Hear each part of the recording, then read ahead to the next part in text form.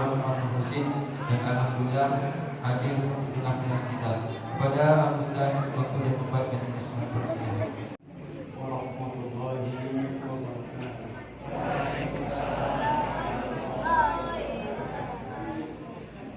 Bulan puasa, bulan selamat. Jawaban salam kurang bersemangat. Assalamualaikum warahmatullahi wabarakatuh.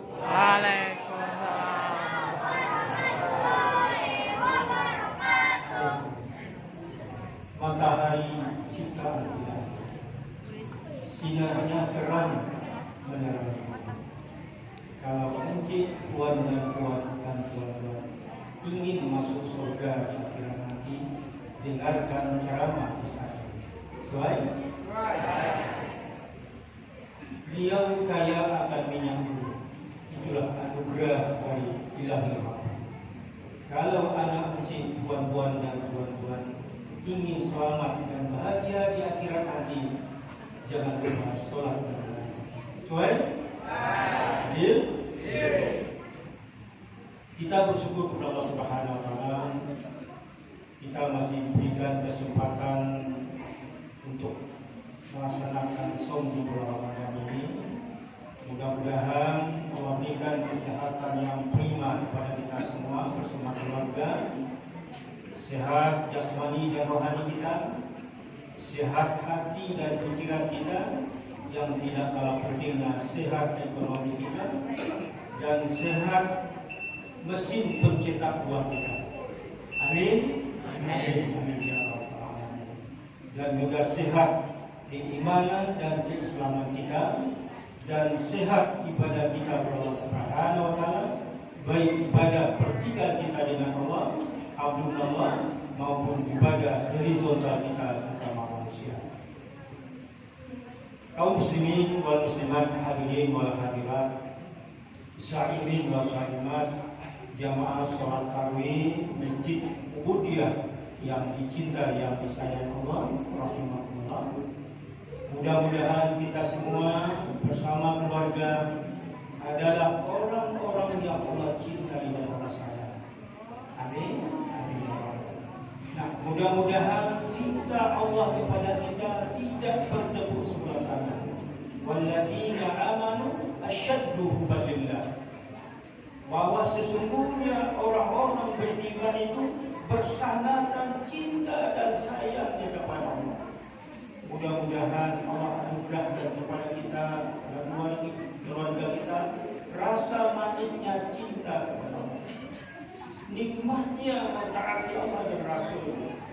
Kalaulah yang dominan di dalam hati kita ini adalah cinta kita kepada Allah, keagungan Allah, kemahabesaran Allah, Allah yang Maha Pencipta dan pengatur alam semesta ini, Allah yang Maha Rahman, Allah yang Maha Rahim, Allah yang Maha Pemberi rezeki kita, dan Allah yang Maha Pengampun, dan Allah yang menghidupkan dan mematikan kita. Apa kata mereka Jibril kepada Nabi? Wahai Nabi yang panjang umurnya, apa yang kau dapatkan tentang dunia? Apa jawaban Nabi? Yang aku dapatkan tentang dunia bagaikan sebuah rumah yang mempunyai dua pintu lahir dan pintu. Kalaulah yang dominan di dalam hati kita itu kebesaran Allah, Allah yang Maha Pencipta dan pengatur alam semesta ini, maka itu akan menjadi amunisi dan akan menjadi energi membuat kita dekat dengan Allah Subhanahu wa Ta'ala. Meskipun dunia ini ada di tangan kita, tapi yang ada di hati kita hanya Allah. Dan kepada Allah lah hati kita tambahkan siang dan malam.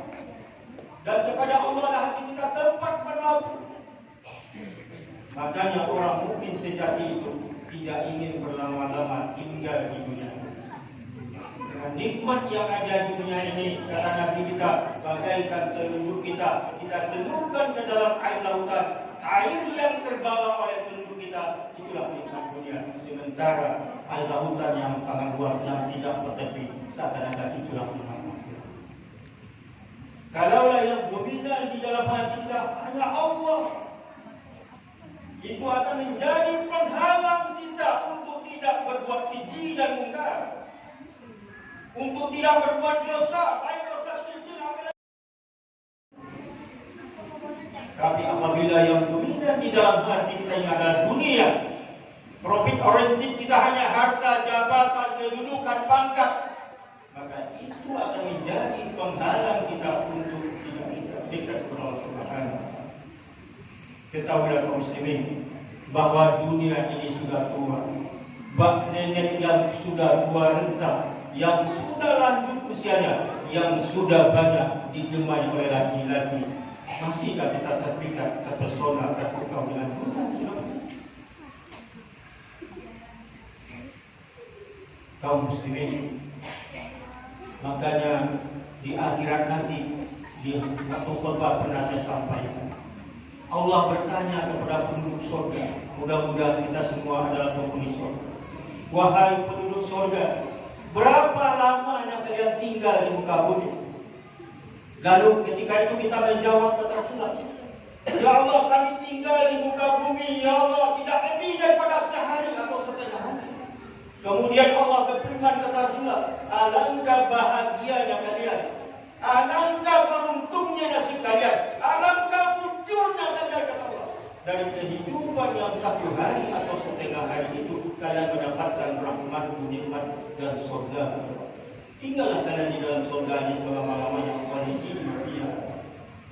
Kemudian Allah bertanya kepada penghuni neraka, wahai penghuni neraka, berapa lamanya kalian tinggal di muka bumi, kata Allah. Lalu penduduk neraka menjawab, ya Allah, kami tinggal di muka bumi, ya Allah, tidak lebih daripada sehari atau setengah hari. Kemudian Allah berfirman kata Allah, alangkah malangnya nasib kalian, alangkah buruknya balasan yang kalian terima, kata Allah. Dan kehidupan yang satu hari atau setengah hari itu, kalian mendapatkan laknatku, murkaku. Ketika itu kaum muslimin menangislah penduduk neraka. Mereka bermohon kepada Allah kiranya Allah berkenan mengeluarkan mereka dari api neraka. Berapa lama yang mereka itu merengek-rengek kepada Allah? Kata Rasulullah, selama 2 kali umur dunia ini. 2 kali umur dunia ini. Nah, sebegitu lamanya mereka merengek-rengek kepada Allah, bernyinyir-nyinyir kepada Allah. Lalu Allah murka kepada mereka, wahai penduduk neraka, janganlah kalian berbicara kepadaku, kata Allah. Tinggallah kalian di dalam neraka ini selama-lamanya, khalidina fiha abada, dalam keadaan ghafilin, dalam keadaan terlaknat dan terkutuk. Semenjak itu, kata Rasulullah, tidak ada yang keluar dari mulut mereka melainkan rintihan, jeritan. Kaum muslimin, penyesalan bukan lagi pada tempat. Memang ada, kata Rasulullah, orang-orang yang besar di kampung yang tidak ada lagi kematian. Mereka menyesal, mereka bermohon meminta kematian. Ya laitani kuntu turab. Alhamdulillah kita masih berada di kampung yang masih ada kematian. Marilah kita pertama mempersiapkan diri kita untuk menghadapi kampung yang tidak lagi kematian. Sebelum datang hari penyesalan itu, akankah kita korbankan kehidupan akhirat yang kekal abadi itu dengan kehidupan yang satu hari atau setengah hari? Apa yang tak tidur? Apa terakhir poin yang kedua, sesuai dengan judul sabda kepada kita, sepahit dan segetir apapun kita di dalam mengharungi gelombang samudra kehidupan ini, janganlah kita berbuat maksiat kepada Allah. Apalagi mencuri, karena ini judul pengajian kita yang ditetapkan oleh ini, jangan mencuri listrik dan air dan fasilitas umum. Apa kata seorang ibu kepada suaminya, seorang istri kepada suaminya, ketika dia melepas suaminya pergi berdagang, berbisnis, berusaha? Dia berdiri di depan pintu sambil memegang anak. Wahai suamiku yang tercinta, istrimu dan anak-anakmu insya Allah sanggup menahan lapar dan haus, tapi tidak sanggup untuk masuk api neraka. Nah, oleh karena itu, wahai suamiku yang tercinta, bawalah rezeki yang halal thayyibah ke rumah untuk menafkahi anak istrimu. Karena Bapak Ibu sekalian, darah daging yang dibesarkan dari makan haram, kata Rasulullah, hina. Kalau seandainya kalian sanggup tidak memakan sesuatu secara mendapatkannya, lebih baik kalian makan tanah atau tanah.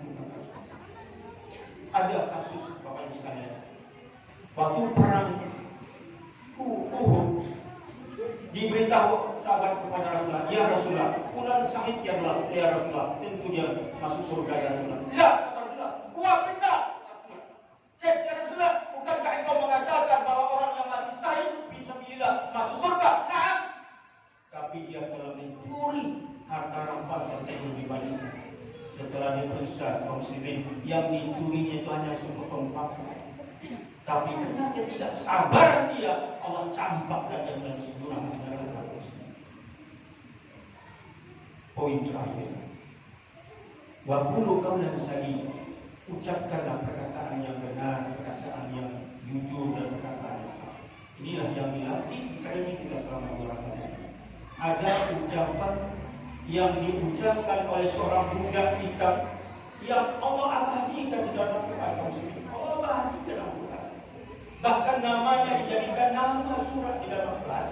Luqmanul Hakim. Apa ucapan hak yang diucapkan oleh Luqmanul Hakim? Ya bunayya la tusyrik billah, inna syirka la zulmun azim. Wahai anakku, janganlah engkau mempersekutukan Allah. Sesungguhnya mempersekutukan Allah adalah dosa yang tidak terampuni. Barang siapa yang berbuat syirik kepada Allah, mati dalam keadaan berbuat syirik kepada Allah, Allah haramkan dia masuk surga sebelum Allah masuk ke dalam rumah yang lain. Berbeda dengan ucapan seorang raja. Apa ucapan raja ini? Yang batil, yang mungkar, yang Allah badikan dan Quran. Faqala ana rabbul alamin. Sayalah Tuhan engkau yang maha tinggi, kata Fir'aun. Ucapan itu kafir, Allah campakkan turun ke dalam jurang api neraka. Berbeda dengan Nabi Sulaiman dan Nabi Sulaiman ketika dikatakan kepada beliau oleh Bani Israel atau orang Yahudi, wahai putra Daud, sungguh engkau telah memberikan kerajaan yang besar kepada engkau, sehingga bala tentara kerajaanmu terdiri dari jin, manusia, binatang, burung. Apa jawaban Nabi Sulaiman? Benar. Tapi ingat kata Nabi Sulaiman, ucapan tasbih yang Allah berikan dalam Al-Quran, Subhanallah walhamdulillah wa la ilaha illallah wallahu akbar, itu lebih langgeng, lebih abadi pahalanya di sisi Allah Subhanahu wa taala. Sementara kerajaanku yang besar ini seketika bisa hilang. Benar apa yang diucapkan oleh Nabi Sulaiman? Baru saja Nabi Sulaiman wafat, kerajaannya jinnya pada kabur dan burung-burungnya pada berterbang. Maka ketika ibunda kita Aisyah menerima tamu seorang perempuan dari kalangan budak kita, apa komentarnya kepada Rasulullah? Bahasa Pekanbaru, ya Rasulullah, tamu kita yang datang kali ini ala hitam kalek, kurus kerempet, pendek dan pesek dari ibunya. Apa kata Rasulullah? Wahai istriku yang tersayang, kalau seandainya kata-kata kamu yang di luar sebentar ini ada wujudnya lalu dilemparkan ke dalam air lautan, seketika itu akan berubah jika rasa daripada air. Jangan lisan. Inilah kita di training selama beberapa. Karena bahaya lisan ini, lisan yang pedas, lisan yang jahat, lisan yang buruk, inilah yang membuat berpecah belah dengan persatuan Allah. Rusaknya ukhuwah Islamiyah kita disebabkan lisan yang tidak tajam, lisan yang jahat, lisan yang buruk. Putusnya hubungan silaturahim antara adik dengan abang, antara keponakan dengan paman, disebabkan karena lisan yang jahat, lisan yang buruk. Bahkan terjadinya broken home, risik dalam rumah tangga disebabkan karena lisan yang buruk. Nah, inilah yang dijaga. Bahkan Rasulullah menegaskan yang paling banyak memasukkan seseorang ke dalam jurang api neraka disebabkan dengan berongga dan Islam. Rongga yang pertama adalah lisan, rongga yang kedua adalah antara dua orang. Nah, Mari kita sama-sama jaga lisan kita para sekalian. Karena lisan ini yang paling banyak menzalimi. Karena kezaliman kita kepada orang baik lewat lisan maupun dengan mengambil harta, cara mendapatkannya lebih baik saja makan tanah atau tanah. Ada kasus Bapak Ibu sekalian, waktu perang Uhud, diberitahu sahabat kepada Rasulullah, ya Rasulullah, fulan syahid ya Rasulullah, tentu dia masuk surga ya Rasulullah. Ya kata Rasulullah, gua benar. Ya Rasulullah, bukankah engkau mengatakan bahwa orang yang mati syahid fisabilillah masuk surga? Nah, tapi dia telah mencuri harta rampasan sebelum dibagikan. Setelah diperiksa kaum muslimin, yang dicurinya itu hanya sepotong paku. Tapi karena dia tidak sabar dia, Allah campakkan dia dengan jurang neraka. Poin terakhir, waqulu qawlan sadida, ucapkanlah perkataan yang benar, perkataan yang jujur dan perkataan yang hak. Inilah yang dilatih training kita selama beberapa hari. Ada ucapan yang diucapkan oleh seorang budak hitam yang Allah abadikan di dalam Quran. Allah abadikan dalam Quran. Bahkan namanya dijadikan nama surat di dalam Quran. Betul Luqmanul Hakim. Apa ucapan hak yang diucapkan oleh Luqmanul Hakim? Ya bunayya la tusyrik billah, inna syirka la zulmun azim. Wahai anakku, janganlah engkau mempersekutukan Allah. Sesungguhnya mempersekutukan Allah adalah dosa yang tidak terampuni. Barang siapa yang berbuat syirik kepada Allah, mati dalam keadaan berbuat syirik kepada Allah, Allah haramkan dia masuk surga sebelum Allah masuk ke dalam rumah yang lain. Berbeda dengan ucapan seorang raja. Apa ucapan raja ini? Yang batil, yang mungkar, yang Allah badikan dan Quran. Faqala ana rabbul alamin. Sayalah Tuhan engkau yang maha tinggi kata Fir'aun.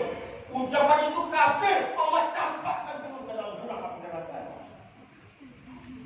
Berbeda dengan Nabi Sulaiman dan Nabi Sulaiman ketika dikatakan kepada beliau oleh Bani Israel atau orang Yahudi, wahai putra Daud, sungguh engkau telah memberikan kerajaan yang besar kepada engkau, sehingga bala tentara kerajaanmu terdiri dari jin, manusia, binatang, burung. Apa jawaban Nabi Sulaiman? Benar. Tapi ingat kata Nabi Sulaiman, ucapan tasbih yang Allah berikan dalam Al-Quran, Subhanallah walhamdulillah wa la ilaha illallah wallahu akbar, itu lebih langgeng, lebih abadi pahalanya di sisi Allah Subhanahu wa taala. Sementara kerajaanku yang besar ini seketika bisa hilang. Benar apa yang diucapkan oleh Nabi Sulaiman? Kalau saja Nabi Sulaiman wafat, kerajaannya jinnya pada kabur dan burung-burungnya pada berterbang. Maka ketika ibunda kita Aisyah menerima tamu seorang perempuan dari kalangan budak hitam, apa komentarnya kepada Rasulullah? Bahasa Pekanbaru, ya Rasulullah, tamu kita yang datang kali ini ala hitam kalek, kurus kerempet, pendek dan pesek dari ibunya. Apa kata Rasulullah? Wahai istriku yang tersayang, kalau seandainya kata-kata kamu yang di luar sebentar ini ada wujudnya lalu dilemparkan ke dalam air lautan, seketika itu akan berubah cita rasa daripada air. Jangan lisan. Inilah kita di training selama bulan. Karena bahaya lisan ini, lisan yang pedas, lisan yang jahat, lisan yang buruk, inilah yang membuat berpecah belah dengan persatuan kita bersama. Rusaknya ukhuwah Islamiyah kita disebabkan lisan yang kurang tajam, lisan yang jahat, lisan yang buruk. Putusnya hubungan silaturahim antara adik dengan abang, antara keponakan dengan paman, disebabkan karena lisan yang jahat, lisan yang buruk. Bahkan terjadinya broken home, risik dalam rumah tangga disebabkan karena lisan yang jahat. Nah, inilah yang dijaga sekarang.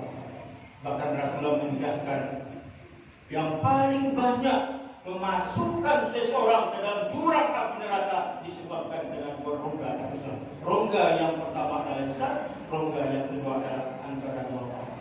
Nah, Mari kita sama-sama jaga lisan kita para sekalian. Karena lisan ini yang paling banyak menzalimi Allah. Karena kezaliman kita kepada orang baik lewat lisan maupun dengan mengambil harta, no way Allah tidak mau memaafkan. Kalau dosa kita kepada Allah, Allah Innallaha Ghafurur Rahim. Tapi dosa kita sesama kita zalim orang, kita ambil hartanya, kita kapeng-kapeng tanahnya, kita hina dia, kita bunuh karakternya, kita fitnah dia. Kalau tidak diselesaikan dunia ini, sampaikan dia, maka penyelesaiannya adalah mentransfer amal kita. Kalau tidak cukup amalan kita membayar kezaliman kita kepada mereka, maka dosa mereka akan ditransfer kepada kita.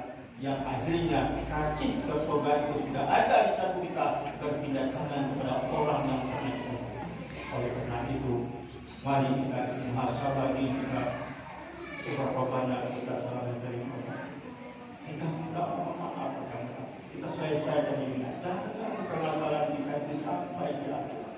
Kalau dosa kita kepada Allah, Allah mudah mengampuni. Dengan taubat dan dosa, Allah ampuni dosa-dosa kita. Mudah-mudahan tausiah singkat ini ada manfaatnya buat bisa menyampaikan buat keluarga saya dan buat kita semua. Kalau ada jarum yang patah, jangan disimpan dalam hati. Kalau ada kata-kata taubat yang salah, jangan dilapor sama Pak Polisi. Akhirul kalam, wabillahi taufiq